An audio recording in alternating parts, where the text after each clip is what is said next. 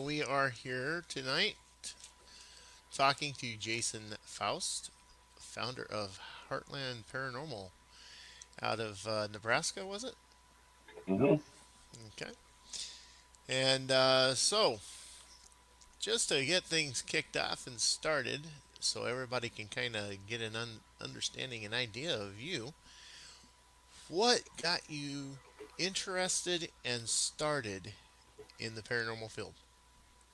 Um, I've been into it all my life, basically. What got me started, just in short, was I was about 5 years old and saw the movie Jaws, um, and that just like shot me into the horror and the macabre genre.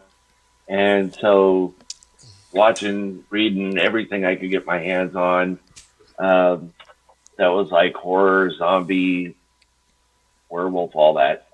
As I got older, just wanted to read um, more like true accounts on ghost stories because I mean, ghost stories were so interesting to me, and so just started the true accounts, what people experienced, just was a lot more interesting. So I started to read more and more about that, and then started reading stuff from guys like Hans Holzer, James Randi, who sadly just passed away. Like 2 days ago.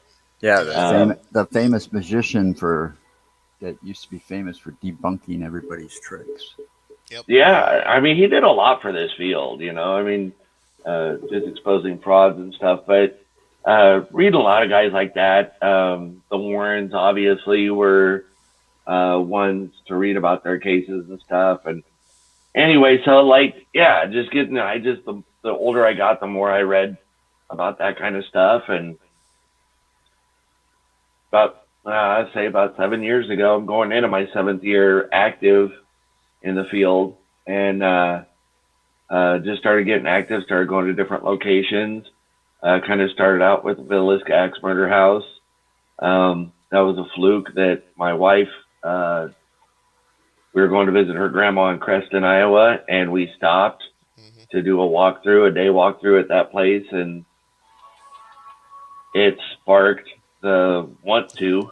And that flame has just only gotten bigger since.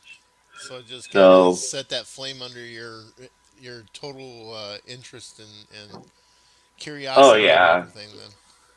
yeah. I mean, when you were so like when I like I said, I've been reading and educating myself on this into supernatural and ghost spirit realm stuff.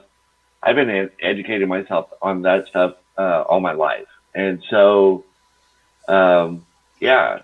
Once you go to a place and see possible happenings, um, yeah, that flame just it just goes out of control.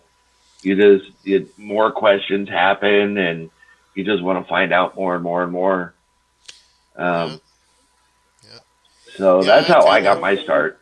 I kind of know about that because I I wasn't quite that young. I was like 8 when I went and seen Jaws.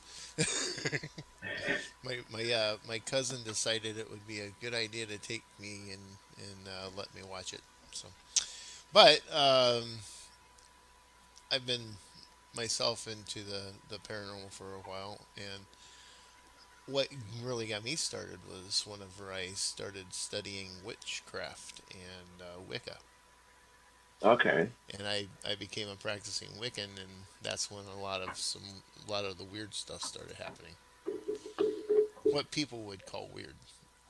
So You know what's funny is the misconceptions on uh, uh, Wicca, witches, warlocks, stuff like that. I mean, there's such a negative connotation to it, and I'll tell you what, some of the most genuine, wonderful people that I know are in like alongside the pagan belief system, the Wiccan yep, practices and stuff, and that are actually like witches. And it's like it gets such a bad rap because of foolish misconceptions.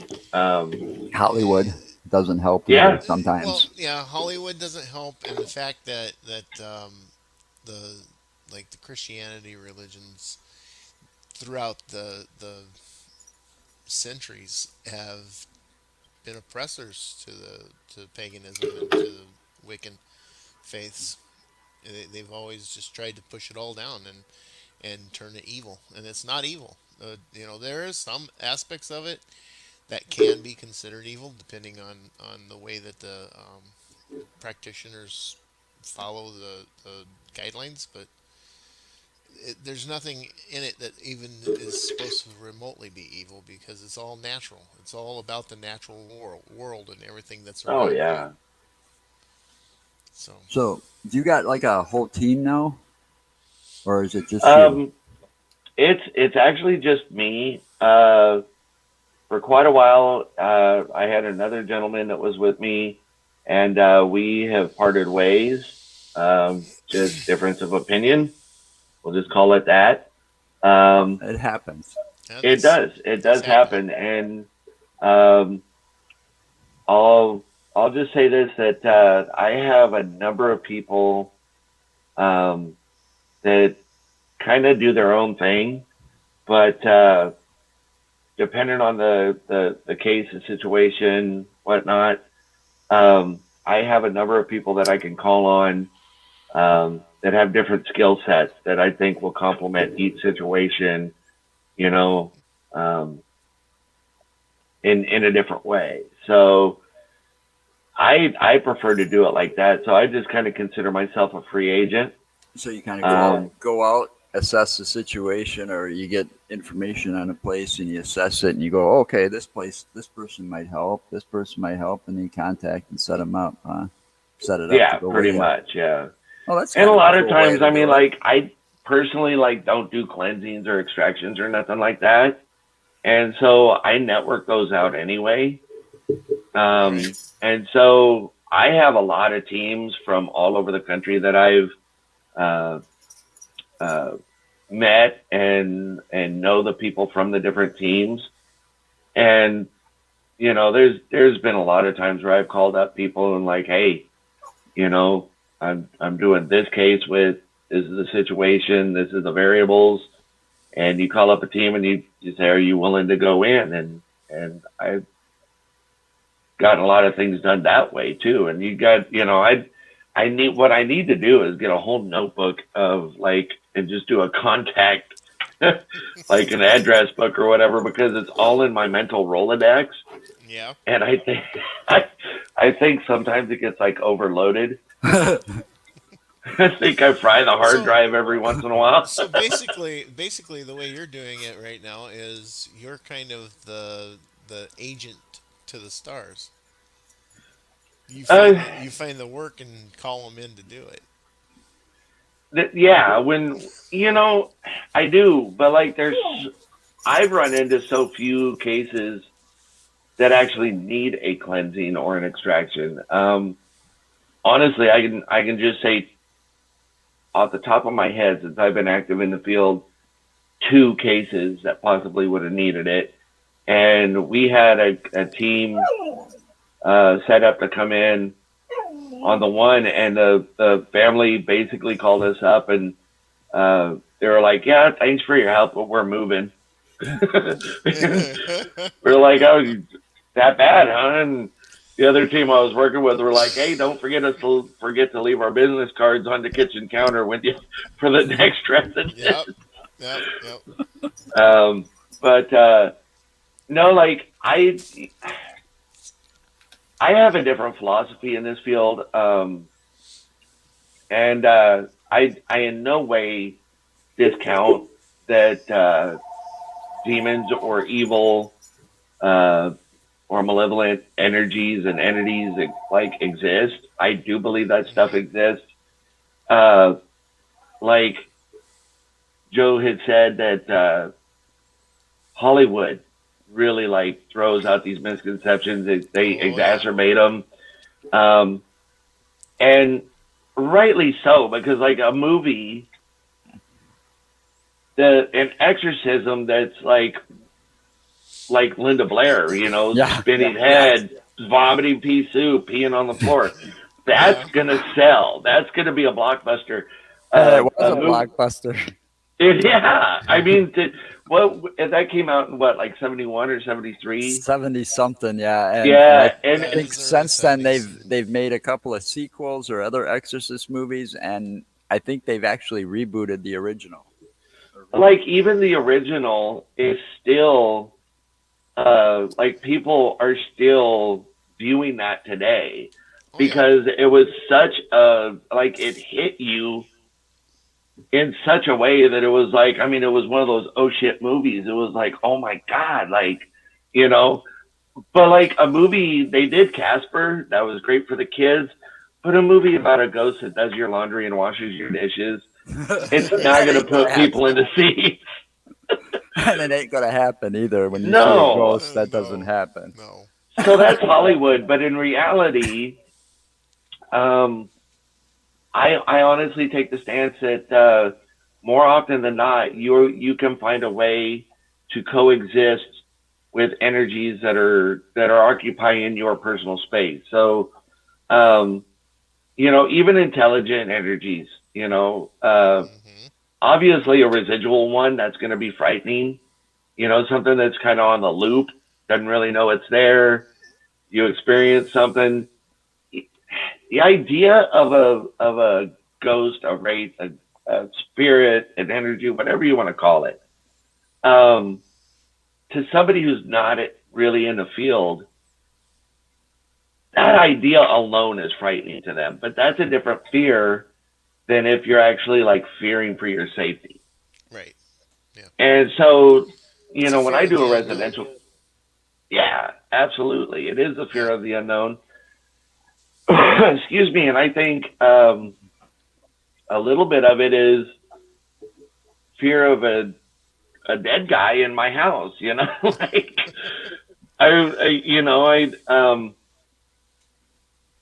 but you could have like intelligent energy. Um, a lot of times you're not even going to know you have it. You could live in a house for 50 years and have that energy in the corner of the room every night while you're watching Jeopardy. Oh yeah. And they're just watching over your shoulder. You may never know that they ever occupy that space. Um, Exactly. and so having benign energies in your home, why go to the trouble of cleansing or exercising or extracting that energy from the home when you could just coexist? Yeah. Um, and Yeah. so a lot of stuff is just, uh, uh, I will do sagings. Um, a lot of times I think that the person can, be taught to sage themselves because saging is not a Yeah. one time deal. I think if you're going to sage, it needs to be a repetitive deal. Uh, because saging, I think there's a misconception with that that's not a cleansing. That's, excuse me, a tool to bring the energy up and more positive. And I don't think people realize that. So if you're going to sage, you need to continue doing it on a Yeah. regular basis. And but one of the biggest things that I recommend people do is address address the energy out loud. You may feel stupid just standing in your living room talking to pure air, but you will find that if you just acknowledge them in a respectful manner, you're gonna watch the activity like exponentially drop.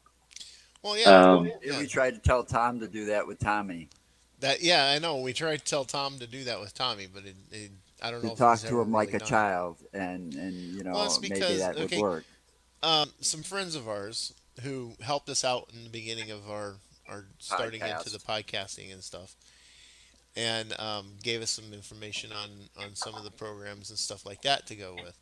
They do a comedy podcast, but they a year ago this month they bought an old like Victorian type house. 94 years old. So they started within about 2 months of moving in there. They started getting activity all over the place where um, He'd leave and his he'd girlfriend would go go to work upstairs, and he'd go before upstairs, go he to the does. basement.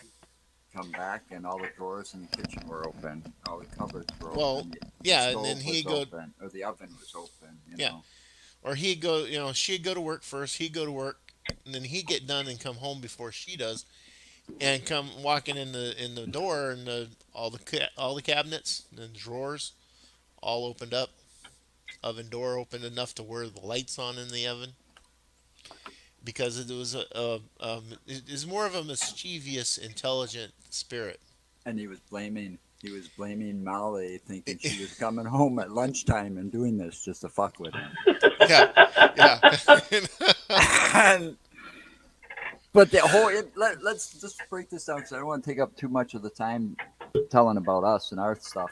I No, want no, to know no, more no. about That's this fine. guy, but we ended up finding out because they found an old chest up in the attic, and they got it returned to kind of the original owner. And he had the person that owned the house prior to that had a psychic. Was it a psychic or something Yeah, so it come was a in? psychic and a paranormal group. He had them come in, and they found out that the entity that's there is a child of about 12 years old, and his name is Tommy. And And the that's guys why that's why all this little weird crap was going on. and only Tom You was know, seeing it. a kid, a child, a kid basically trying to play with you is as how we tried to explain it to him. So It was an interesting investigation. We've got all the footage up. The attic is probably one of my favorite yeah, pieces because there was an old weight that it's a holds the counterweight door open. that would hold And the door open, the the attic door door open. open for the attic. Uh-huh. And we had a And camera up I there. didn't even bump it or anything. He accidentally pulled the camera over, and I had to pick it back up, but I still never bumped the weight. But the weight started swinging, and it stayed swinging the entire time, and it was over an hour or close to an hour worth of video. Yeah, and no breeze Really? up And in there there. was no There's no breeze up there or breeze. anything. The weight's just sitting there, just kind of moving like this. Pretty heavy weight too. And a couple of times, it looks like it actually sped up. About, it's about that long, and it was probably made out of like cast iron, or It was made whatever. out of cast iron. Uh-huh. You know, So Yeah, yeah, but you get like an hour of swinging when there's no cross breeze. And actually, if it's cast iron, I mean, that's not going to be like a breeze that's going to swing that. no, you would Probably going to think have to be you like a would wind. and you there would was think nothing that up it there. would stop. You know, Yeah, Yeah. you would think that it would actually slow itself down to a point where it stops didn't stop. within that time frame. Never did. Because we left the Dang. camera up there. We left the camera up there and one of our EMF meters up there while we were investigating the rest of the Never got house. a hit on the EMF, but that damn weight kept swinging, and that was just the weirdest thing. So you guys are talking about you said Tommy is 12-year-old. Yeah, he's like a 12-year-old kid. Okay. Um, I gotta ask you this because it's something that comes up in a lot of discussions. Um, you guys have heard of the Sally House in Atchison, Kansas? The what? Actually, I haven't. The Sally House. The No. Sally It's in House. Atchison, Kansas. Um, I'm kind of surprised you have it Oh, we've been. because it's a fairly We're primarily uh, focused in Wisconsin right now and looking into all the weird stuff and the cryptids around Wisconsin because that's where we're from. And okay. this is the first time we've had somebody from your area, as in Kansas, Well, telling us no, about some of the stuff. we had that team from Kansas City, but they never mentioned Oh, the okay. house that you're That's mentioning. right. Um, So and I like when I do my residential and business cases, those are usually um, Lincoln or small town surrounding, you know. right. Um, but like I like to go to the commercial locations, and that includes, you know, Missouri, Kansas, Iowa has a lot of stuff. I've been to South Dakota to do a lot of stuff. Did a little exploring in Hawaii. Oh wow. I Oh mean, wow. anywhere I can go. Hawaii is more not so much like haunted; as they're more concentrated on like superstition. Yeah. So like talking to the Polynesian natives that was awesome. But anyway, the Sally House.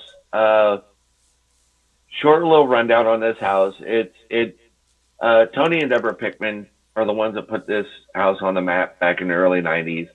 Uh, they had moved in and were renting this house, and were experiencing the energy of a small girl.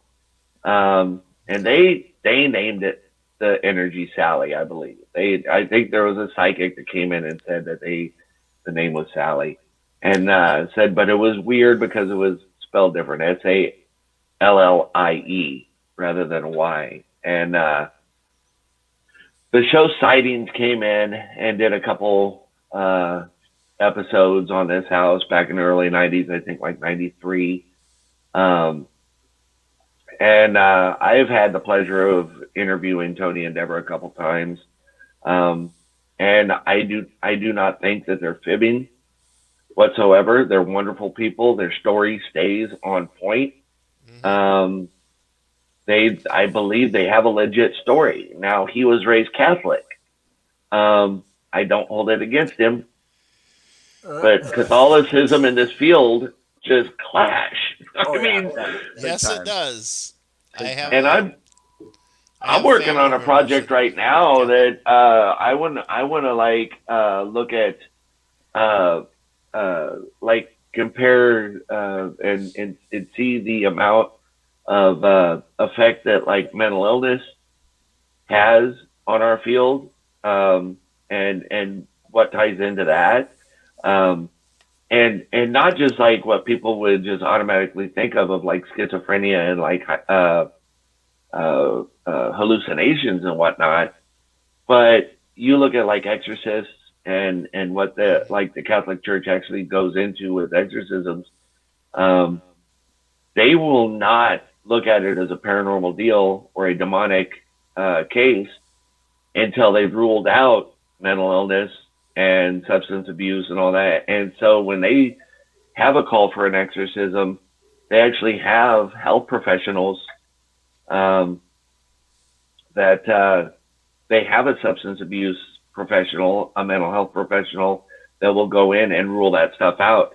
And so Right.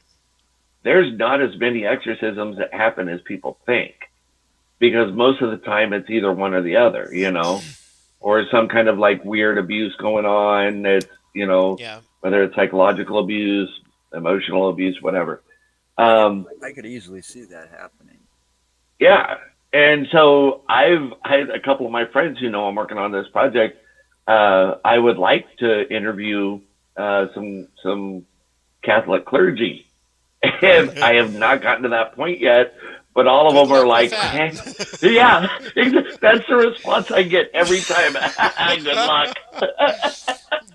Yeah, because like I said, I've got family that's Catholic, so I kind of know that faith and I know what it's like, and I am so happy it's wow. that when I was just a wee little lad, before I was baptized, Try to get it my closer to the mic, Joe. my family decided to change from Catholic to Lutheran.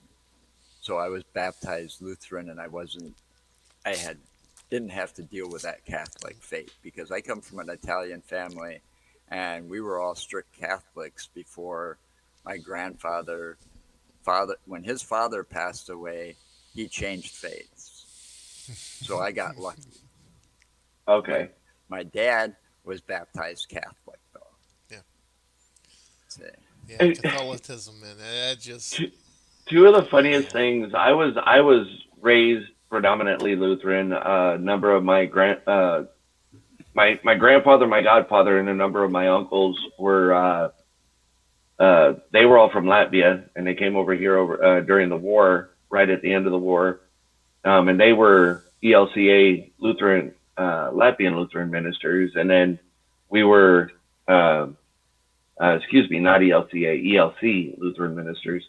But I was raised in an ELCA Lutheran church, and I would have Catholic people go, "Oh, you're the lazy Catholic, huh?" I'm like, "Well, no, I'm Lutheran." But other times, it's like I have people like I know people that would like, They said, "Oh, when I was a kid, I was Catholic," and I'm like, "Oh, you're not anymore?" They said, "No, I decided when I reached the age of reason, I would venture away." So anyway, going back to the Sally House, and I'm a very tangential thinker. If you have not caught on to that yet, That's all right. It's okay. so what? I don't remember the exact age of Sally. I want to say like between 8 and 10 years old. The story was this house belonged to the Finney family for it stayed in that family I think until like the 50s. It was built I want to say in like the 20s, early 1900s, and it stayed in the Finney family for a long time. Um, but one of the Finney family, it was Dr. Charles Finney, ran his practice out of that home, and the legend goes there's really no concrete evidence to back up this story, but a neighbor had brought her daughter over to Dr. Finney's house in the middle of the night with severe stomach pains, and it turned out to be an appendicitis. And so he brought the little girl in, put her on the table. At the time, the common practice was to put them down with chloroform before they did the surgery. Right. And she didn't go completely under. And when Dr. Finney started to cut to do the appendectomy, She came. she bled out and died. And so if you read uh, Deborah's book, there's nothing to indicate that this is an evil spirit. I mean, yeah, there was times where the way they talked to her obviously would piss a little girl off. Very condescending, very demanding. Um, and I'm not trying to criticize Deborah and Tony. I mean, they had no experience in the field whatsoever at the time when they first experienced this little girl. But this house, on a near constant basis, gets the bad rap of being a demonic house, and that there's evil spirits there, and this little girl is out to get people. And so here's my question: you go to a place like Blitzgack's murder house that supposedly has 6 children energies there. You go to the Sally house who has a little 10-year-old girl there. People experience scratches. People experience little bruises, whatever. Um, it's so funny that automatically people say that these scratches and bruises means that it's demonic, that it means that it's evil, that it's malevolent, that it's you got to get out of there. Well, it's a kid. What does a kid want when Attention. they're alive? Mom, Attention. dad, Yeah. they Attention. want attention all the time. She's trying to get your attention. Exactly. That's what I believe, Yeah. And so why would it be any different in the afterlife? Oh, it shouldn't be. It's not. But see, it's not really afterlife that she's in right now. It's the in between than what is what a lot of people have dubbed to be purgatory. Right. But So still, Right. when you have the intelligent hauntings, and the intelligent spirits, those are the ones that are actually considered to be trapped in purgatory. They haven't moved on because they're not certain how to move on. or they got some unsettled Or business. there are yes, or there is unsettled business left in this world for them that You they know, feel it needs to be done, and they don't know how to continue on with getting that done. Do you guys subscribe to So the theory that there are people that don't want to move on? oh That yeah. like Oh, try that's to possible refuse to too. move on? I would. well, yeah, that's a possibility as well because it depends on the mindset of the person that passed away. You know, I keep telling people some I'm people not gonna don't ever ever die. want to leave this world. They're so happy, so content with what their life is. They don't ever want to die. You know, they'll and when they do die, then they don't want to move on. They don't care what's on the other side. They just want to have what they had here. Right. So yeah, I Or can be see that close to the happening. family that they had here, the loved Or ones they again, left now behind. see, I have this theory because Things were happening to me, and this was just after my brother passed away. Now, um, I'm the youngest of seven, and I had a brother who was like more in the middle of the group. Wound Hmm. up passing away. He had complications of diabetes, so he passed away before my mom and dad did. And it was about, I'm trying to remember how many years. It's like 4 or 5 years before my mom passed away. So during the time that all this happened, I'm back here in Wisconsin. He's in California, but um, weird things started happening. Things started. I could I'd catch shadows out of the corner of my eye, or and I would feel that I knew it was him that was here, but I knew that he didn't want to move on because he was waiting for my mom. Oh, He was close to my mother. He was close to our mom. He was a mama's boy, Yeah, in a way he was. And so kind of like Dwayne. when my mother passed away, um, the activities kind of stopped, that and makes sense though. I never really felt their energies anymore. What That was that makes So sense though. I mean, think about like people who are terminally ill or ready to pass on. They're in the hospital. They're ready to go. hmm Um, and you have family on the way. Say like you have Oh, they'll wait. uh, Some of them will hold uh, on. not what's that? Some of those people will hold on until they get somebody gets there, and then they. Exactly. yeah, Well, I'll give you an example. My stepfather, he was put into what is that called? Hospice. When he hospice. was Hospice. when he was put in hospice, and he waited until he heard these words from my mother. And the minute he heard these words from my mother, it was over. He was done. It, he was gone. I mean, you heard the death rattle and everything going on, and all of this. He was right on the edge. My mom gets there, and she's like, "The boys are here. I'll be okay." And once she said that she was going to be okay, it was over. He immediately was gone. Yeah. And that's what he was waiting for her to say that she was going to be okay. See, and I have an example of my godmother. When she was going, it was an odd thing because we thought she was going to outlive all of us, and she ended up in a hospital, and um, we were all there. But one of her sons, him and his family are coming in from Des Moines, and the doctor says, you know what, come into the room, everybody, just like by twos, and it's time to say her goodbyes because she's not going to be here much longer at all. And he had just left. He was still 2 hours out. Des Moines from us is roughly about three and a half hours away. And Right. he was still 2 hours away. And the doctor was ready for her to be going, within the next couple 10 minutes. And sure as sure as shit,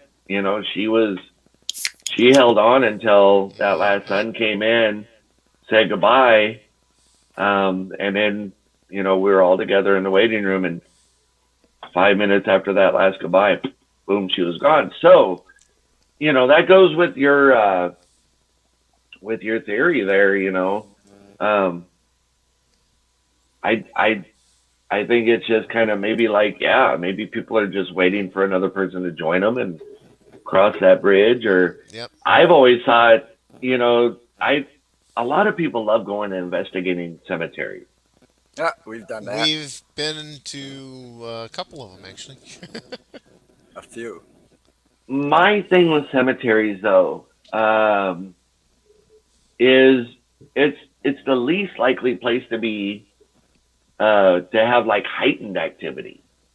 And you've got the famous cemeteries, like you've got Mount Moriah Cemetery out in South Dakota, over by Deadwood.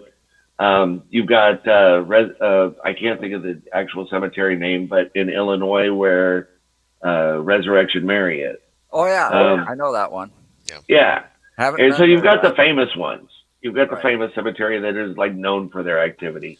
Well, Um, here in Madison, we got Forest Hill Cemetery off okay, Speedway Road. That one is known in the area. I don't know how far out the legend of it goes, but there is Civil War graves in the backside of that cemetery. Plus, there's World War I and World War II graves in that cemetery. okay.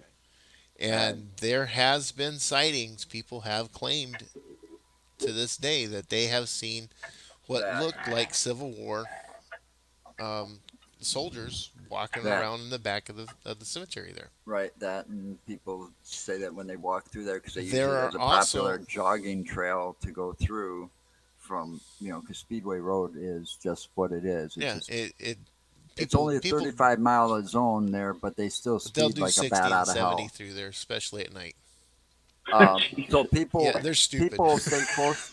People walk on the straightest path from one side of the cemetery to the other that runs parallel to Speedway Road, and they'll have experiences where they've got a Walkman in, or their cell at the batteries just die. It Yeah, just goes the dead. They batteries got just fully charged died. item, and all of a sudden it's just dead. wow. You Plus know, the cemetery itself too, back where some of those um, I think it's the World War I graves are.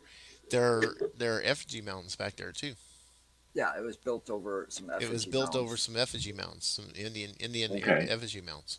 Yeah, So you've but got a rich history of that particular spot because of the fact that you have these but here's grave here's sites here's the from thing the about different that. war eras, and then you have the effigy mounds there as well. When I saw that in the see, we got a guy that's kind of locally famous around here. I don't know if you've ever heard of him. His name's Chad Lewis. He's an author, Yep.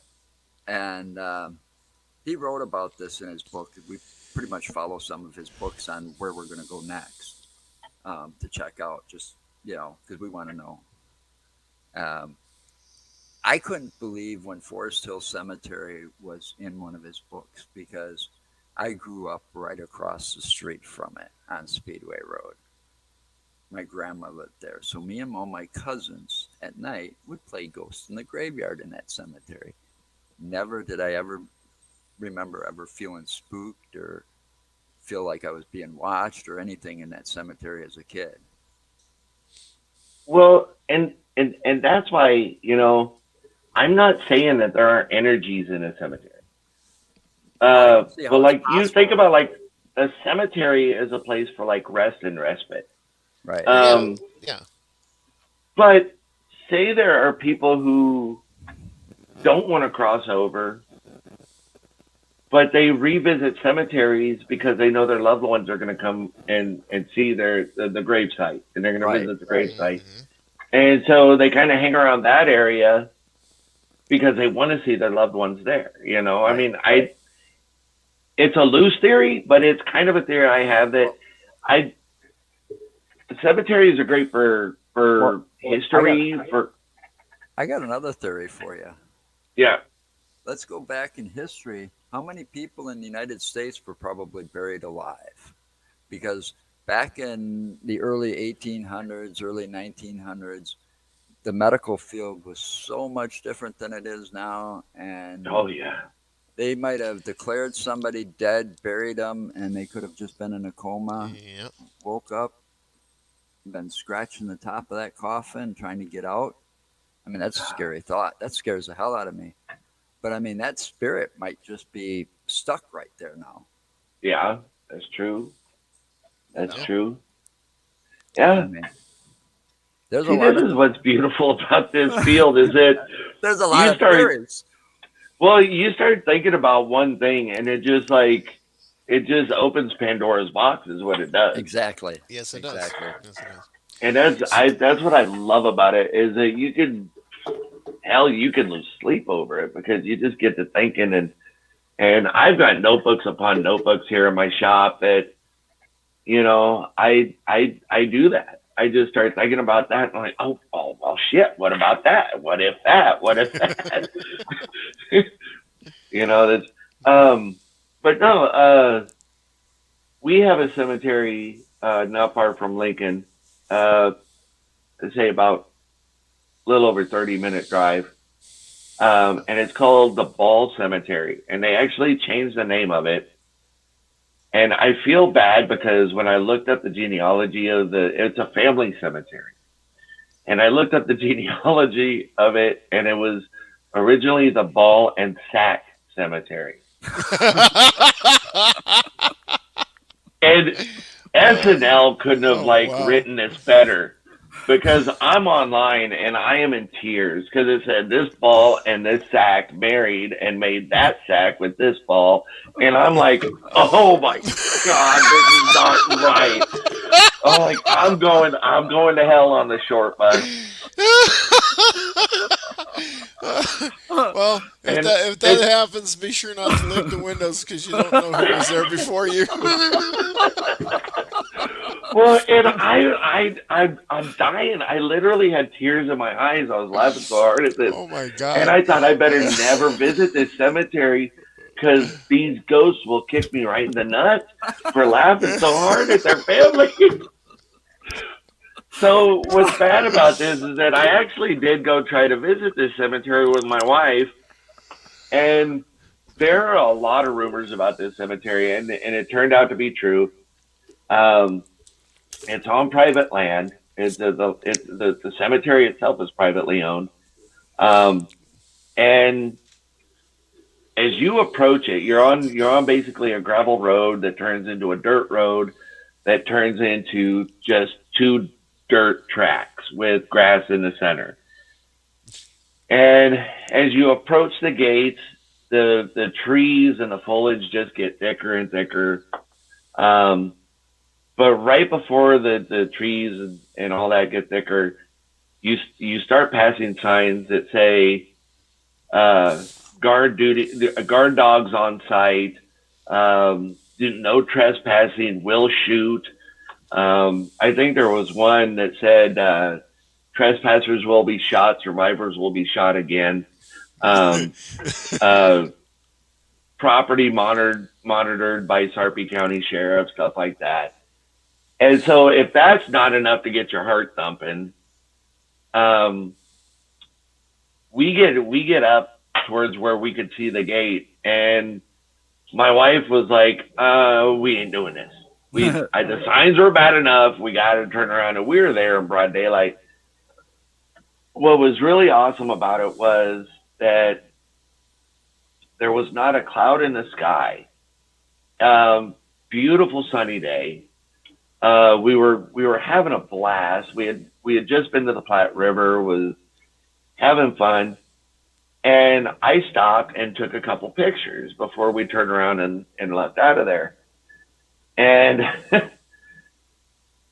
as I turned the car around and left, um, my wife was looking at the pictures on my phone, and she goes, well, this is odd. And I said, what? She goes, it looks like this one. It looks like it's overcast, and this picture looks like it's foggy.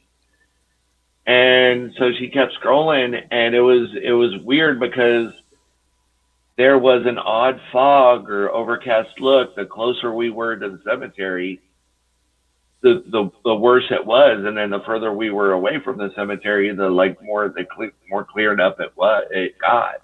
And Interesting. so I have not been back to that cemetery.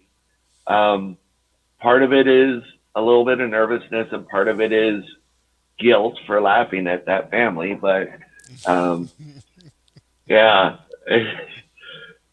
I a lot of people I've known a couple people that said they've been on the property and got scared off because they'll hear a gunshot and they'll run. But it's not been a thoroughly investigated cemetery. So Yes. Yeah, see That those signs alone would make me turn around because I wouldn't want nobody to well, shoot at me. the thing is, with something like that, I would actually want to meet the family. I'd actually want to meet who's the ones You that think you still could own keep a it straight face and though? talk to them. No, yeah, I could actually. I could because of the fact that I want to actually, if I could talk them into letting me go in there and do just or even just walk around the outside of it and just with the camera and film, and then talk to them about the family and about the cemetery itself. Well, and I've actually spent well, I have about the last 2 years. I haven't put a lot of effort into it, but I probably spent about 2 years trying to find the owners of that property. Um, and I even talked to one of the Sarpy County Sheriff deputies about how to get permission to get on that property, to get on that cemetery. Hmm. And he told me that he said it's not in his realm of uh, information to give me on what to do. But I had a couple leads that fell through, and I finally just kind of was like, you know what? I've got other places I can do. I've got other things that I can do with what uh, with what I do in this field. But um, yeah, after going there, I didn't have permission that day, um, and that's very unlike me because I'm kind of by the book when it comes to locations. I don't like trespassing. I don't like being I in an area without. I'm the same damn way. It's a respect factor, right? I Yes, mean, yes, it shows respect, and then when people see that in you, it actually opens the door more for you. yeah, and so yeah, it's I didn't ever feel the necessity to go back without permission, but um, yeah, and plus I don't know if that family still holds that name. But I'm kind of a smartass, and I'd probably, if I actually walked up to that door, I would probably ask, "Are you a ball or are you a sat?" Like, I don't. Oh God, I'm not getting in Oh there now. Lord. But no, Well, our as a going to commercial places, I've almost every investigation I've done in a larger name location like Sally House, uh, Blitzcat's Murder House. I've been to the Farrar House Schoolhouse in Maxwell, Iowa, a lot of times. Belisca has probably been my most visited location.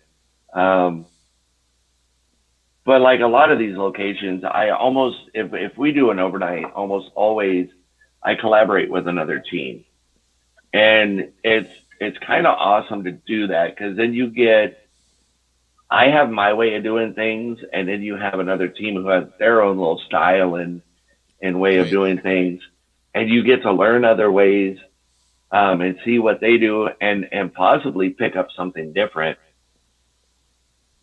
It's just so enjoyable to do that, and so next weekend I will be in Scotch Grove at the Edinburgh Manor, which is why I thought it was funny that your show is called the Insane Asylum because it's an abandoned insane asylum. So, so this Friday I'm on the insane asylum.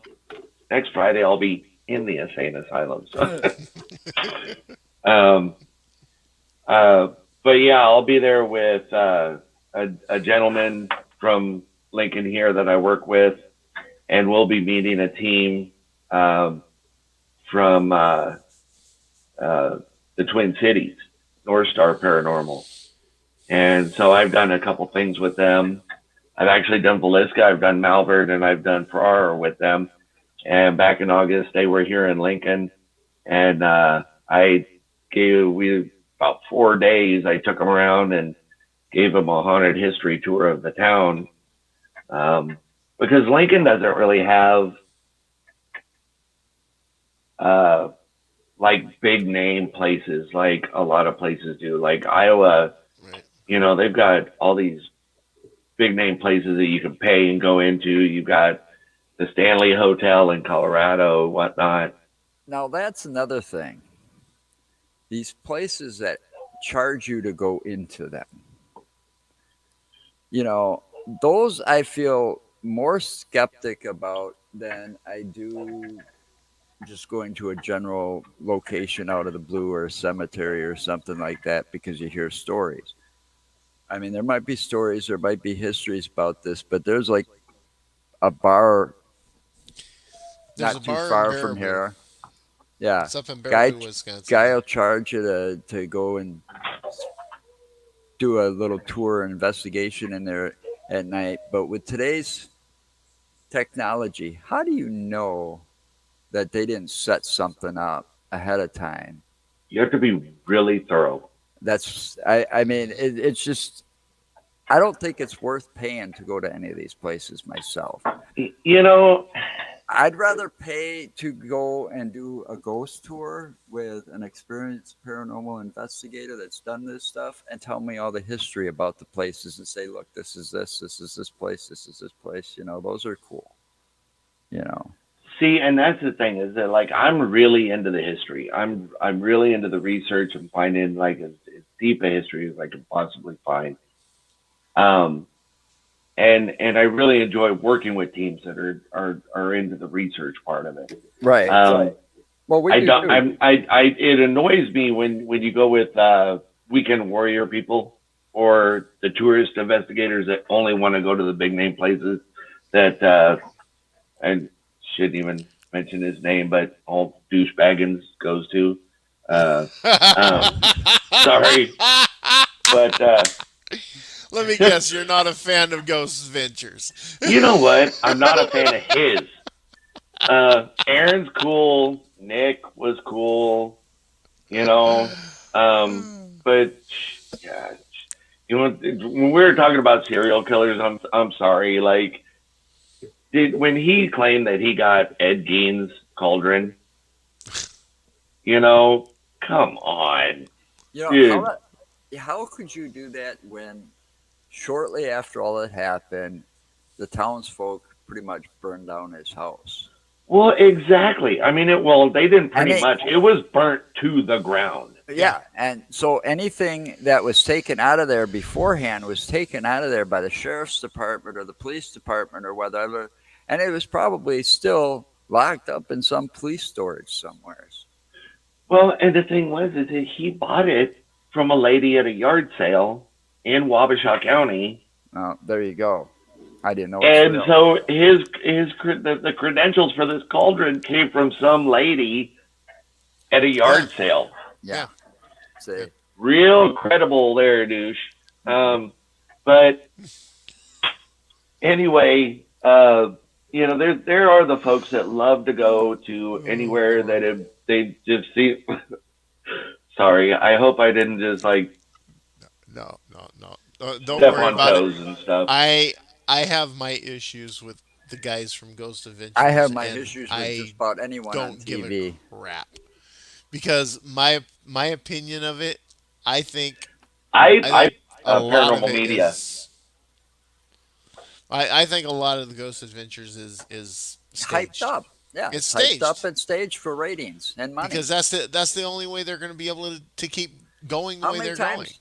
All right, I ask this question just about every time when this topic comes up. How many times have you actually gone out and investigated someplace and actually seen something or had something happen? It doesn't happen as often as it does on TV, Oh hell no, I right? don't. You No. know, we No, had it and you know what? When you were talking about these places that you pay to go to, right. um, it's funny because I've been to these places. I've been some of the places where there's a bunch of stuff that happens that you're like, okay, well, it takes me a while to figure out what happened. You're kind of going like, that was weird, but you think on it, and eventually you can think, okay, well, this explains what that was, Hmm. whatever. There's sometimes you pay for like, you got the place for 20 hours and literally you're twiddling your thumbs the entire time. Exactly what somebody Um, else said. You're just sitting there but twiddling your thumbs talking to yourself. Hmm. that what? That you were just sitting there talking, just twiddling your thumbs and talking to yourself, hoping something Yeah, I happens. mean, and that's a lot of. I mean, it's that's anywhere. There's times where you're doing a residential case and you're trying to explore what the person is saying. Like we had this activity and this activity, and there's nothing. Nope. Like I'll be back next week because but I stay away from paranormal media just for the fact that I've had the pleasure of uh, doing events. Um, and I've hung out with Chris Smith from Wraith Chasers. Um, I've been able to meet. I know Johnny Hauser. Um, I've been able to meet Dustin Pare and stuff, and they will flat out tell you that that's they do it. They love doing their show and stuff. But I've had a couple people where they're like, it gets old when it's not the initial reaction, and the producers are like, let's do that one again. And after 12 of let's do that one again, your reaction is so fake, Hmm. that there's why. Yeah. That's all that's left is why.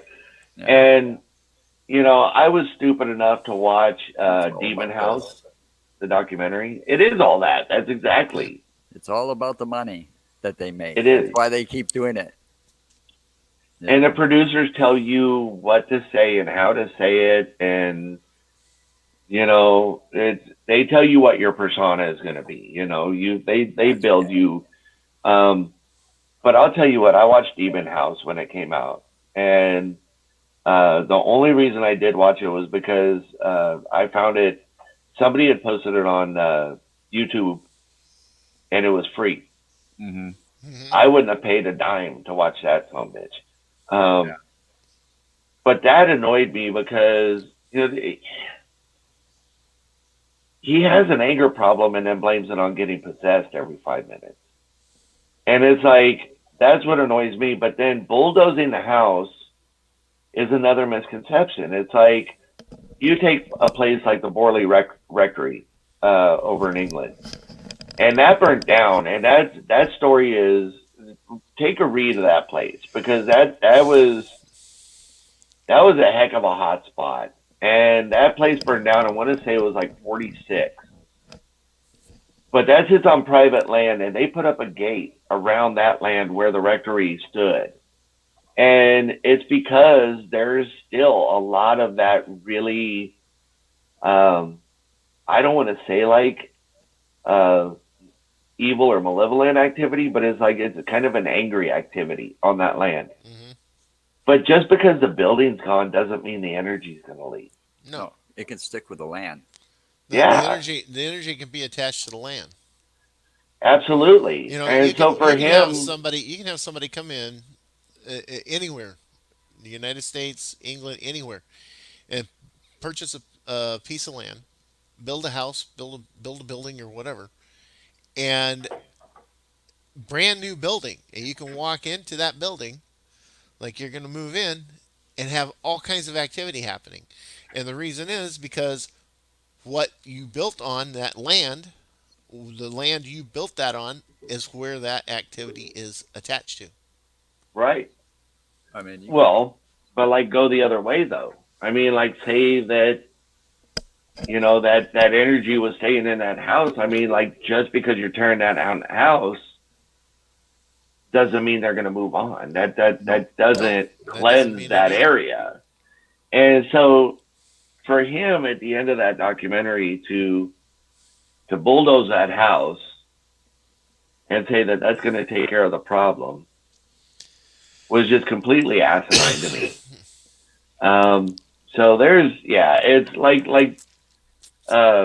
Joe said, it's the money, Hmm. all about the money, and that's what annoys me about the paranormal media. But um, I when I do residential stuff, when I talk to people who aren't into the field as much as us, you the number one thing is you don't blow smoke up their ass. Be honest with them. Yeah. Try to educate them as much as they're willing, but you can't be condescending either. You No, gotta no. you gotta be just completely straightforward and as informative as you possibly can. Yeah, know the history a little bit.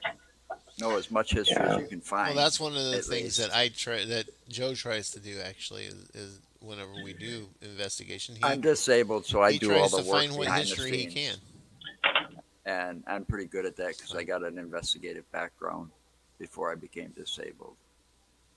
that's So awesome. I was a Uh, I was in security and a private investigator for many years. So that actually really rocks though. And don't you guys find that like the history part of finding out about the past is like the biggest fun part about it? yeah, I Yeah, was just gonna say yeah, it that's the is. most fun for me is because I grew up here in Wisconsin, in this I'm a area, transplant. and I was just shocked at how much I didn't know, growing up here. It's like, especially in the Madison area, you know, I didn't know anything about Sanatorium Hill. It was an old TB hospital back in the 30s and stuff. A lot of people died up there. They had 60s. outside pools. Yeah, it closed down in Well, the 60s. It was opened up in like the yeah, in 30s, the I think it 30s. was, and it Really? closed down in the 60s. But during Actually, that, no, it was 29 that they built it. bro, close enough. Stop No, correcting no, me. no. I'm remembering. No, I'm remembering this stuff. It's not trying to correct you. I'm just remembering this. I believe it was 1929 when they built Well, that, and whatever. it was a TB hospital. It was. It There's was a originally. church. There's It was actually a originally, church sitting next to it that's got a cemetery behind it. and the cemetery is mostly children. The cemetery Oh, has stones from the 1800s and their children in there. Yeah. There's an entire like five. There's like five stones, and it's all children of ages from like 10 to newborn. Yeah. oh wow. Yeah, And and you could it's a trip to see that. see we couldn't get inside the building itself, but some of the activity supposedly happens on the outside of the building because the pools, they had the cement pools, and they'd have these underground tunnels they take the Yeah, past the therapy patients pools. to these therapy pools and stuff. And there was also they raised vegetables. They had a pig There farm was up a there, pig wasn't farm that was further back in it, and right? they had tunnels that went from the basement of the building all the way out to where the therapy pools were, where the pig farms were, where the water tower is, all the different areas out there. All the tunnels So it was have been easier sealed for them to since then, take the patients out through the tunnels. So, but now all the tunnels are pretty much sealed up. except for It, inside the building. You can still go but down a you can couple still of them, go from down in what the I basement. hear, I talked to a guy that, because it's a state office building now, yeah, for the Department of Human Services, and we tried to get in there, and because of the sensitive material we have, we don't allow I don't anybody care for the that's sensitive material. None non-essential of it's in the people there basement. That's where allowed I in want this to go. building. Right. You No, know, seriously. None of their but sensitive Right. materials stored in that all basement. That's where I all want to go. I had a cousin that worked at this place, and she recently retired last year, I think it was. Yeah, last year, because we tried Last to year. get a hold of her last year to get in there, and she retired. And she used to tell me about some of the stuff that would happen in the basement, why they'd go down there and smoke their cigarettes in the wintertime, because they Hmm. didn't want to go outside and get cold. And there was an old wheelchair from the early 1900s down there, and they'd be down there one time, and it was in one of those tunnels, and they were standing next to the tunnel, and it started rolling towards them, you know, and they couldn't explain how or why, but it freaked them out, so they just started staying closer to the stairs where they come down, and stayed away from that tunnel after that. But it was pretty interesting. But we tried several times to try to get into that building to do an investigation, but they said no, no, no, no, no. Yeah, Wow. unfortunately. So real quick before I forget, I'm sorry, I'm changing the subject, but That's okay. how far are you guys from Plainfield where the Gein About an Um, fiasco hour and a happened? half. about an hour and a half.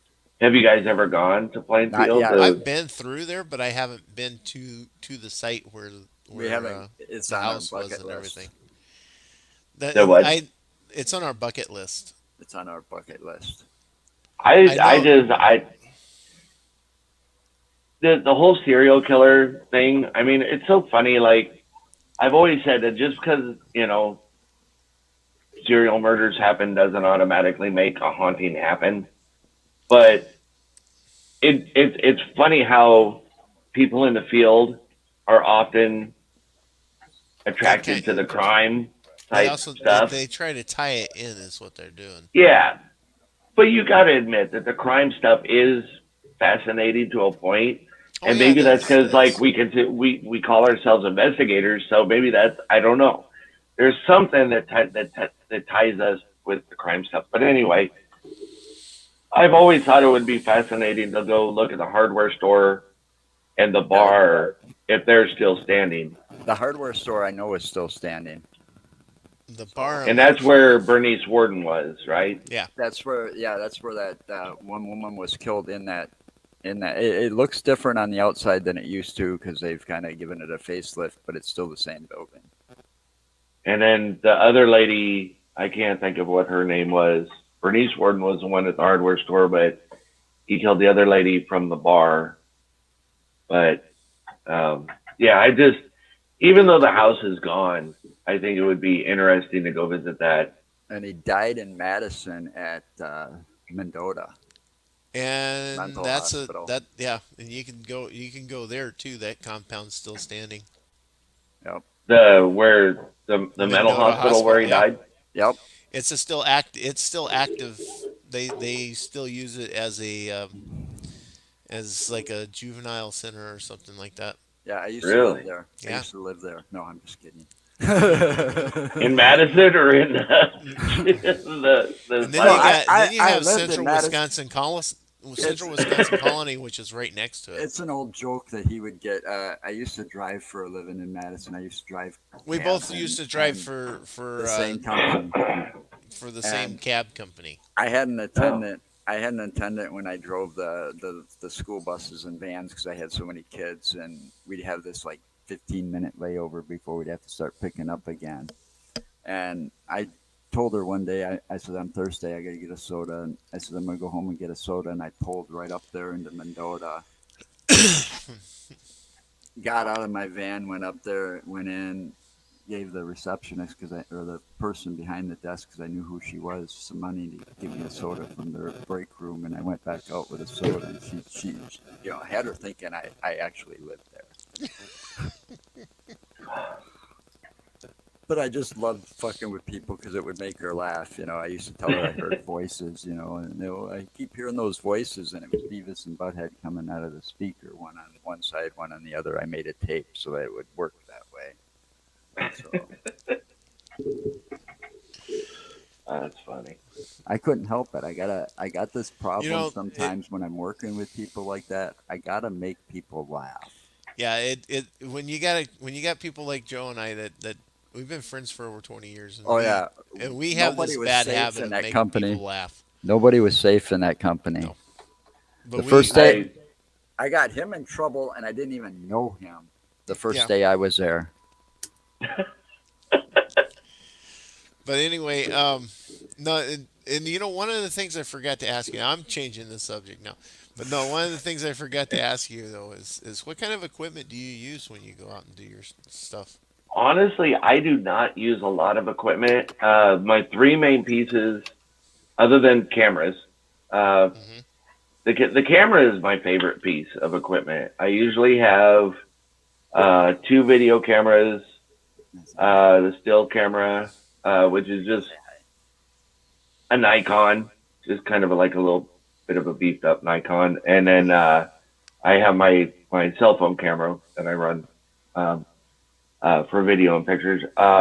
And I take a lot of pictures, but I have two voice recorders. And I'm not the type to sit down and do an EVP session. I will set one recorder about as far at one end of the location as I can, and then set And the then other the other. one, yep, opposite end of the location. But like my three main pieces are all EMF. I use the K2 to basically go in and set a baseline. I Yeah. want to find, I use the K2 just to find all electrical, gas, and water lines or whatever so I can stay away from them. Um, and then I use the millimeter because I really like that because it has the temperature Right. on it, and the way it reads the milligogs, I just like that better than that K2 with the lights. And the K2, it's nice because you can do the K2 to find everything and set your baseline. And then I'll use a REM pod, and usually I have my second video camera set up, and I'll turn the REM pod on, and I'll set it on uh, a really sturdy base, whatever's about as the sturdiest thing I can find to set it. And I'll train that second video camera on it. It's a smaller one that I just put on a little tripod, and I'll just review that video later. And if that REM pod went off when nobody was around it, Mm-hmm. I'm like, either I kind of got something or a fly landed on that antenna, um, one or the other. But I mean, there have been times where I did a residential case with a big house here in Lincoln, and it was two houses connected by the history, but I only did the one house, and it turned out really wasn't a lot of paranormal activity in that house, or really much of nothing other than this one little piece of video footage. And I kind of think that it was a fly that landed on it, because everything they were experiencing, they said, well, oh, we heard footsteps, we heard thumps, we heard dragging noises, and it's all coming from the attic. And, this is a 150-year-old home. Mm-hmm. I'm a big guy, and I go up and I get in the attic. There's three, actually, like, it's a really large home. And there's three entrances to different sections of the attic. And I start crawling into the one section, and I'm probably about 20 feet in there. And I realize that I'm on between the studs, the rafters. They have 1x4 boards crossing over that I'm crawling on, and I realize what I'm on. That I'm on these 150-year-old 1x4s, Jesus and Christ. I'm a big dude, and I'm like hearing the creaking noises and stuff, and I'm going, yeah, I better back out of here. As I'm backing out, my light shines over to my left, and I see this gaping hole that's just surrounded in raccoon shit.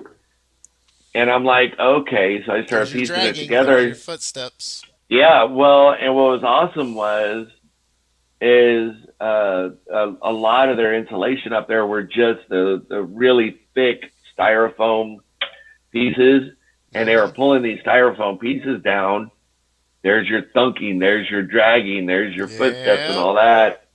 And the house was, being 150 years old, it was the plaster and lath walls and stuff. So there was like the really big gaps between the plaster and lath and the outer sheeting. So real easy for critters to get up in there. Oh, yeah. Well, that's the first So thing when I you got do. home, I'm like, okay, well, I'll review the audio, I'll review the video and everything just in case. And a lot of dead air on the audio. The audio recorders really had nothing. And then reviewed the video, and um, nobody was downstairs in the area of the REM pod. And twice it beeped and went off when nobody was in the vicinity. And I'm like, I'm gonna chalk that one up to a bug landing on that antenna. It had to have been, because I mean there was nothing indicating that that house really had any kind of intelligent activity. Yeah. But yeah, so the REM pod I do enjoy using. A lot of people get a kick out of it. Like I said, I collaborate with other teams, and so when I bring that, they're like, You don't have to shut "Ooh, let's go do an EVP You don't session have to with shut the that. REM pod." So, but All right. No, I was just kind of wondering. Yeah. We have a couple of cameras that shoot night vision, and we got a couple of thermals. see, and I'm really old school. really old school. You can't be that old to be old school. I'm an old soul. I'm probably the oldest amongst all three of us. Yeah, you are. Uh, I've been around since the 60s. Well, two of us just had a birthday this last week. That must be you and him. It was when was your birthday? Saturday.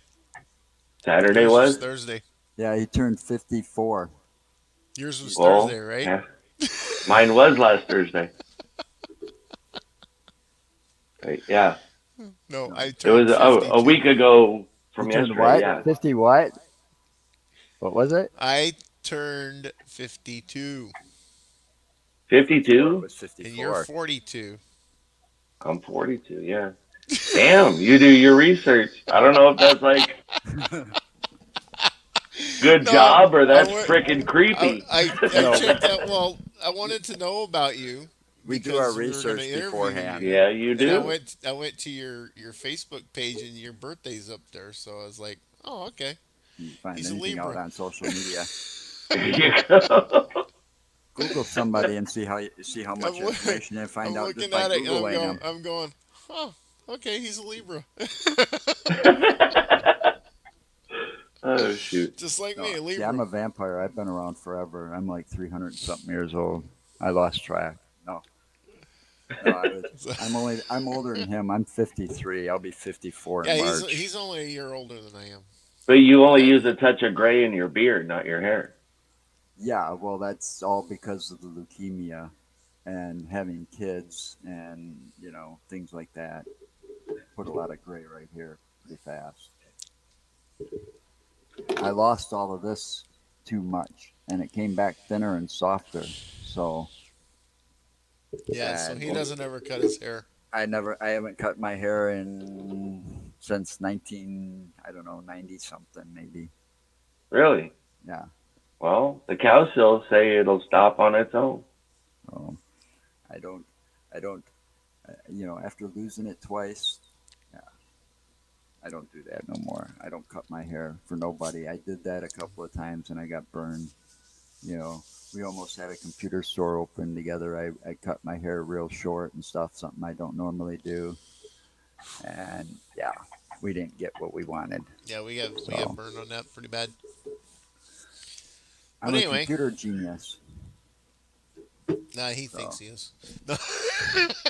I'm a self-taught computer genius because that's all I did in the hospital for 2.5 years was read textbooks on computers and HTML and Java and little things like that.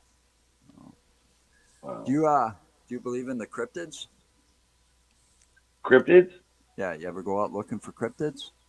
I have not. I read about them once in a while just out of morbid curiosity, but I believe that they can exist. I don't see that. Well, I don't see why not. you've never gone looking for Bigfoot yet. I'm not going to say while I'm out in the woods that I don't keep an eye out. Okay, fair enough. I Well, mean, that would be pretty freaking cool to see. we've got we've got a few cryptid stories around here. Yeah, I mean, I don't know about your area, but we've got like the Beast of Bray Road, which is like the I've heard of Dogman of that. Michigan, and it's also the same creature as supposedly the Dogman of Michigan, and then you've got what was it, the Mothman's been seen around here, and so on and so forth. I mean, we look into it. Bigfoot's actually supposedly seen down by our area here, in the Kettle Moraine area, Forest in that forest area and down then there, also in the northern tier of Wisconsin. in the same Kettle Moraine forest up there. Yeah. So So I mean, there. I think there's just too many experiences to think that it wouldn't. You know. Yeah. Um, I just wanted to know what you thought on it. I mean, I do. we I find them fascinating because of like how many there are. I mean, obviously you got like Nessie and all those that are like right, the famous Loch real Ness popular that monster. everybody knows. But when you start looking at different ones like Wendigo and uh, banshees and stuff that are in like folklore and stuff. Um, yeah, they're really fascinating to read about. It's just really not my area of expertise. Well, I shouldn't even say expertise because there's no experts in this field, I believe. No. But um, it just, I think that's more of like just one of my areas of morbid curiosity. The stories are great to read. I do like uh, reading the personal accounts of those because it gives me the giggles just to like, well, we were on a wonderful date and we hear the snarling voices and I shit my pants running away, like stuff. But see, I you was gotta 100 yards away before I realized I left her behind, one of the things you gotta actually remember though, is when dealing with cryptids and folklore and stuff like that, all legends are based in some truth. Oh, absolutely. Absolutely. I mean, it's so cool. Like, I don't think a lot of people realize that, like, urban legends, Hmm. you know, they might have been told so far over the years that the story might be changed and twisted, all that, but they started somewhere with a little bit of truth. Yep. But one that's like always fascinated me was that, like the chupacabra. Hmm. Go I so. don't think a farmer's going to No, go out and mutilate their livestock just to get their 5 minutes of fame on the news. no, because No. that livestock is their livelihood and their paycheck. Yep. Exactly. You know, Why would you do that? and there's actually some pretty convincing photos of that out there. I mean, I remember when I first heard about that, I was in one of these cabs, driving one of these cabs that only had an AM radio, so I got hooked listening to Art Bell. This Coast to famous coast. Coast to Coast, and he used to talk about the chupacabra quite a few different times. He did like do. See, we're into the paranormal where we cover aliens, cryptids, spirits, ghosts, stuff like that. And that was kind of what Art Bell did. Yeah. He talked to different people about UFOs, about the cryptids like Bigfoot and Chupacabra and the Mothman and stuff like that. And Nessie, uh, Champ from Lake Lake Champlain. Champlain. Mm-hmm. Yeah. And then spirits, hauntings, and poltergeists and stuff like that too. So, but Yeah. yeah, It's just it's a fascinating subject, and It's a it's pretty kind of like deep subject. aliens. Though I'm not crazy about the subject of aliens, but it is fascinating, and uh, I do believe that there is intelligent life I out was just going there. to ask him that. What's that? I was just going to ask you if you actually believe in them or not, because I do, and honestly, I believe that I would can classify it as intelligent life out there because what is that old joke? It's got to be intelligent life because it has not tried to contact us yet. yeah, we're too are you I dangerous. kidding me? We're Yeah, too I'm gonna dangerous tell for you. them I'll right tell you now. right now. If aliens come near our solar system, I guarantee you, if they're a family and they're cruising by in their ship, they're rolling up the windows and locking them doors and telling the kids right. sit down and shut up. We're not stopping at that fucking place. They're a bunch of crazy fuckers. Yep. I picture Yeah, they're Clark down there Griswold when killing they're each other.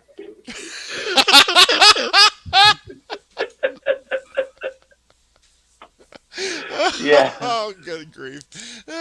lock them up. Okay, Oh, there we Lordy go. Lord.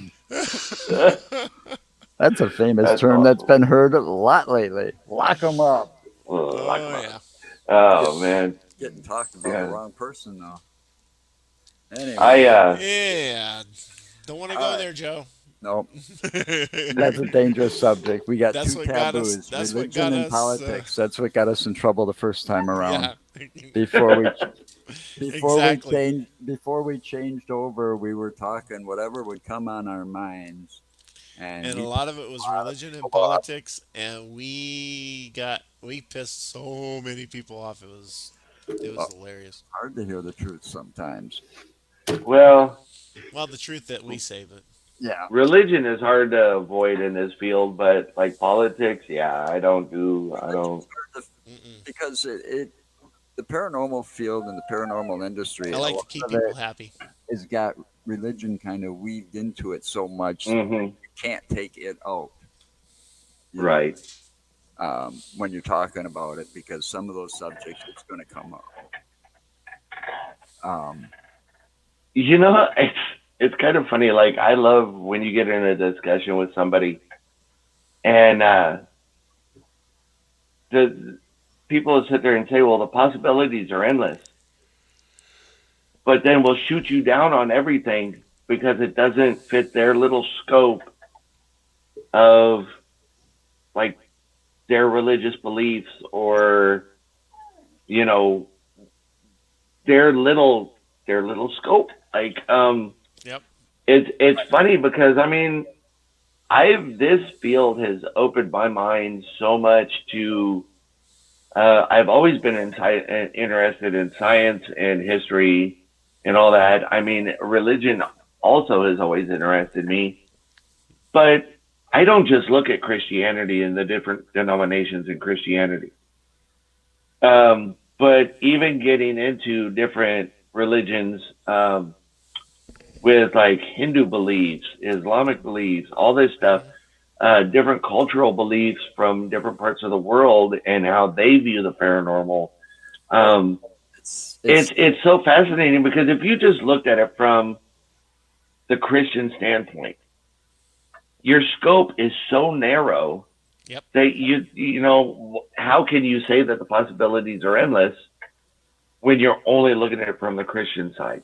you got if you're going to be in this field, you got to keep. And I've said this to people before that we've met. That I mean, we've met some paranormal investigators in the field that are a lot more experienced than we are, and then we've met a couple not so much. And you got to keep an open mind in this field when you're out investigating because anything, like my old science teacher said from high school, anything's possible. Absolutely. We live in a world where anything's possible. I mean, look Oh, what it was in the 70s. Look at the technology today. In the oh, absolutely. 70s, we didn't have computers like this that you could have at home. A computer that's doing what this one's doing right now would fill my entire house back then. Right. To do the same thing, but we didn't have the technology to stream all of this over the internet because there was no internet then. No. Right. You know, Well, and I mean, I God did not install the math app in my brain when I was born. I swear to God, I can't do math. Um, but I never thought that I would be reading about physics and stuff like that. oh yeah, that's Um, to play too in this field. I never thought about. Well, yeah. Physics has a place to play in this in the paranormal field. absolutely, and so it's I find it fascinating reading about physics and different things like the string theory and stuff like that, Hmm. and how much you can learn about it without having to do the math. Right. Um, and stuff. Reading Einstein stuff and Hawking stuff, Tyson stuff, they have great education information. Excuse me.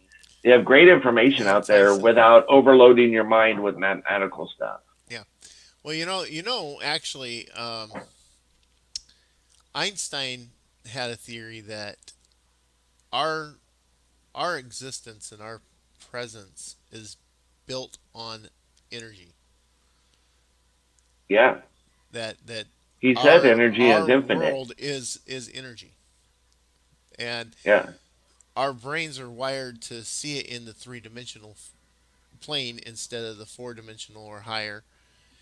So we don't have the concepts of knowing that we can actually move from one point to the next through the energy fields.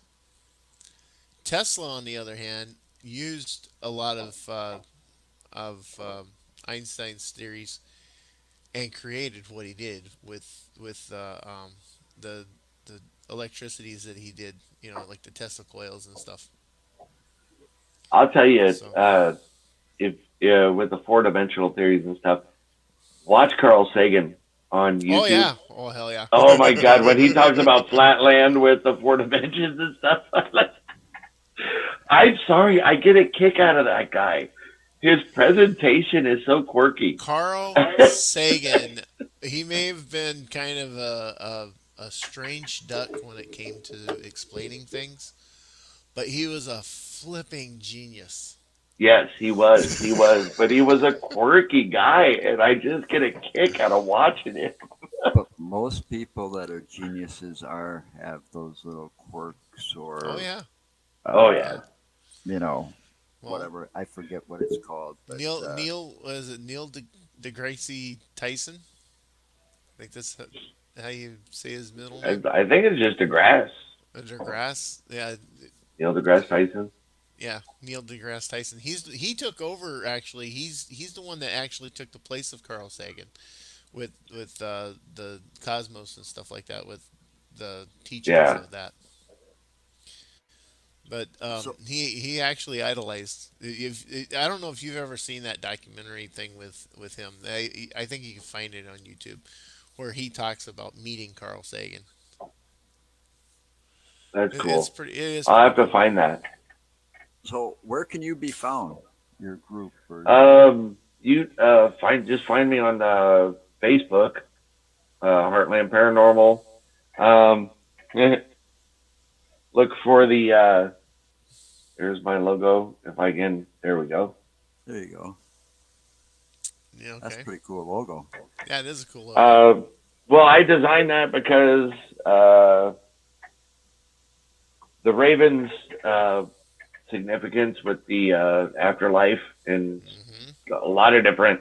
I mean, it's actually looked as the bird of death, um, but a lot of different theories or not theories, belief systems with the Raven and the afterlife and stuff. But the logo, the design in the middle, again, I'm Latvian, and so trying to get it there. That's a Latvian design in the middle, um, and so I put that in there, just significance on my family, and then it's holding a rose in its Hmm. beak, and that is to signify a lot of the special women in my life, which is my wife's favorite flower is a rose, my mom, my grandmother, my great aunt, and my godmother all really like their favorite flowers were the rose, and so I think most um, women like the roses. yeah, so that's why I put that rose in there because all them most special women in my life, um, influential, I guess I would say influential women in my life. Um, That's a good thing. so yeah, Yeah, my mom was important to me too. You know, I you had could call me a mama's boy. I was. I admit it. I'm a proud mama's boy, and I'll tell you what. When when I met my wife, she had to go through and pass some tests. You know, she had to go meet my mom. She had to meet my aunt Barb. You know, and so on and so forth. And if she passed by them women and they told me, "Oh yeah, I really like her" and that stuff, yeah, that's why we've been married so long. That's Yeah. awesome though. So See, that's I've one of been the things. married. We've been together for 14 years, and we've been married for 10. That's So awesome. See, and that's I one of the coolest things um, about my wife is her relationship with my mom and my dad. But my mom and her have become like really good friends, yeah, and that just really means a lot to me. my wife was Yeah. really close with my mom too. She didn't get a chance to meet either one of my dads. You know, I had my dad and then my stepfather, but my dad was an alcoholic and he was an instant asshole at alcohol. Um, but my stepfather was one of the most honest men I'd ever met in my entire life. So, but they're all gone now. You know, not much you can do. Just keep It's them part in of your They're still life. with memories. us. Oh yeah, you just keep them in your They stay memories. You with us. know. Oh yeah. Yeah. Oh Yeah. yeah. I mean, I lost a lot of people way too quick. I died myself, literally, flatline. They had to bring me back. You know, they told me December 4th, 1995, I wasn't going to live to see Christmas that year, but here I Well, am. I'm glad that So you. I'm glad that you're here still because it's been a pleasure meeting you guys. And you Oh know, yeah, and definitely. this It's has been been great fun, meeting you and but talking with you. I've got wrestling to watch. Yeah. I I'm hoping that uh, I'm going to be I starting don't. another. I don't have a lot. I got a lot of time on my hands sitting around here, especially with the COVID shit going around. And I'm hoping that with another dude, another guy I know, we're going to start a wrestling podcast where we're going to talk about wrestling. So I got to kind of keep up to date on it. I used to be into it. I'm not anymore. So, I yeah, but just you don't have the time like I do I don't have to. the time, but I don't have the patience to watch that So fake I'm gonna crap either. try to be a co-host on another podcast with somebody else, doing that maybe sometime in the future, as well as keeping this going. This is my first priority though because I, I like this too much, especially when we get well, out and investigate. So we all need to go down to Texas and try to channel Andre the Giant. Then yeah, I'd like to get down there and I'd like to get down to Texas and just go over there to the Davidian Ranch so once. which one? Branch Davidian Ranch Oh, in Waco. Hang on a yeah, second. wow, Remember the remember yeah, remember the that'd be big a hell of a place to go. Waco shootout? Mm-hmm. I've done my research on that. I've seen the documentary that's on Netflix. My baby brother, stepbrother, half brother, not stepbrother, half brother, um, actually spent a week down there, and I think he met Thibodeau, the the guy that in the Waco thing. His name is Thibodeau. I think that's how you pronounced it. Anyway, he was like David Koреш's. Koresh. Yeah, he was like David Koresh's right. He had David. He had Thibodeau marry one of these girls that was underage that he got pregnant so that they could get around the law in a Wow. way. But it was actually David Koresh's kid, but he had Thibodeau marry this girl. But he met Thibodeau in a bar where he was playing with his group and he had Thibodeau sit in with him and his band because their drummer didn't show up. David Koresh's drummer didn't show up. So he had Thibodeau set in because he was just leaving and he heard him play. That's crazy. So my brother Alan spent like a week or a couple of weeks down there on that ranch, and they actually got married. He got married to his wife down there Really? last year. Yeah, Wow. Wow. yeah. He was telling me about it, a little bit about it, because we spent time. I went to he had his reception party a couple months after they got married when he came back to Wisconsin. He's a nomad. My baby brother's a nomad. He travels and he goes everywhere and he volunteers to they get by doing odd jobs places or something. Plus he's got this online thing that he makes money at, but he travels all over with his RV. Wow. So and then he's gone to Europe. He was over there when protests were going on last year or earlier this year. He was over, where was it? Colombia. He was in Colombia when the whole COVID thing almost hit. He just barely made it back to the States before they snapped Really? all the travel bans. Hmm. Because they were supposed to be back sooner, but they got their passports and she got her purse swiped and it had the passports and all their ID and everything. So they were like stuck at the U.S. consulate for a while Oh or, my or God. U.S. embassy Yeah. for a while or whatever it was in Colombia. So they stayed a little extra and they almost stayed a little too long because the COVID thing started to hit and they got their passports and stuff back just in time to get tickets, get on a plane, and get back here to the States. And right when they got back, that travel ban was put in place that same Yep. day. Wow. Yeah, So they it's got pretty real crazy. lucky. They got real lucky. So they spent most of the summer in a small town not too far from here. And then they just took off again. They're traveling now in the states to all the different state parks, or across the country. You know, actually, I think last I heard they weren't. They were over by you. Really? Yeah, I think they were in Nebraska just recently. So, but he they Wow. but he went down there, and after what he told me, the little bit of what he told me when we were sitting in his little trailer, his camper, at his reception, I want to go down there. And after watching all the stuff about Waco that I've watched recently since then, because he was telling me that, I want to go down there and check it out. It's kind of like one of those Manson things, you gotta know, Yeah. you know, It'd be interesting, but it's that. a sad energy. Yeah, but Probably. it's. I still think it was wrong. I mean, on the government's part, what they did there. How they I went mean, about doing it. they jumped the gun too soon, and they could have handled that a lot differently, Yeah. and a lot of people could have been saved. You Yeah. know, I mean, from what I can tell and all the research I did, and nobody will say for sure because we don't want the government ain't going to say because we don't want to look bad, Right. but they fired the first shots from what I can understand. Everything that I've read and heard and the way it went Well, didn't down. they send a mole in? Huh?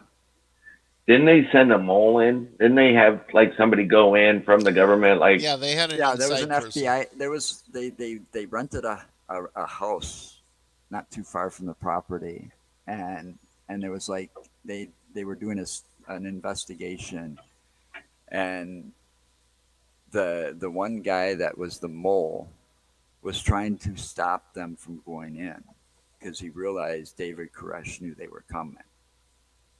Okay, so he was like, "Stop," and they wouldn't stop for him. So I mean, they come barreling in with their cars and their SUVs, and he's like, "Stop, stop, nope, nope, nope." So they had dogs at that ranch, and the dogs started barking at. I mean, if I lived on this property and I was a dog, and you come approaching it with a gun, I'm gonna start barking at you pretty viciously too. You know, I'm protecting my home. They shot at the dogs first. And when they shot at the dogs, the Branch Davidian people opened fire as well because they thought they were getting shot at. And that's how that whole thing started in my eyes and my point of view. So that's crazy. yeah, so I think there was a big Oh, wrong done there. So, but we're gonna have to tie this all up, and it was real enjoyable. You can come back anytime.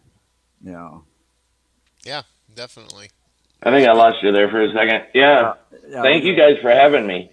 Oh And yeah, thanks for showing up, I man. got one announcement for next week, Wednesday. We're going to have Miranda Young from Ghost Biker Explorations on. That should be fun because she collaborates a lot with Christy Sumner, Dr. Christy Sumner, who we had on from the Paranormal, what was it, Soul Sisters Soul Sisters from Florida. out of Florida. Yep. So until next week, Wednesday, stay safe. Oh, And there, Okay, he's are back. you there?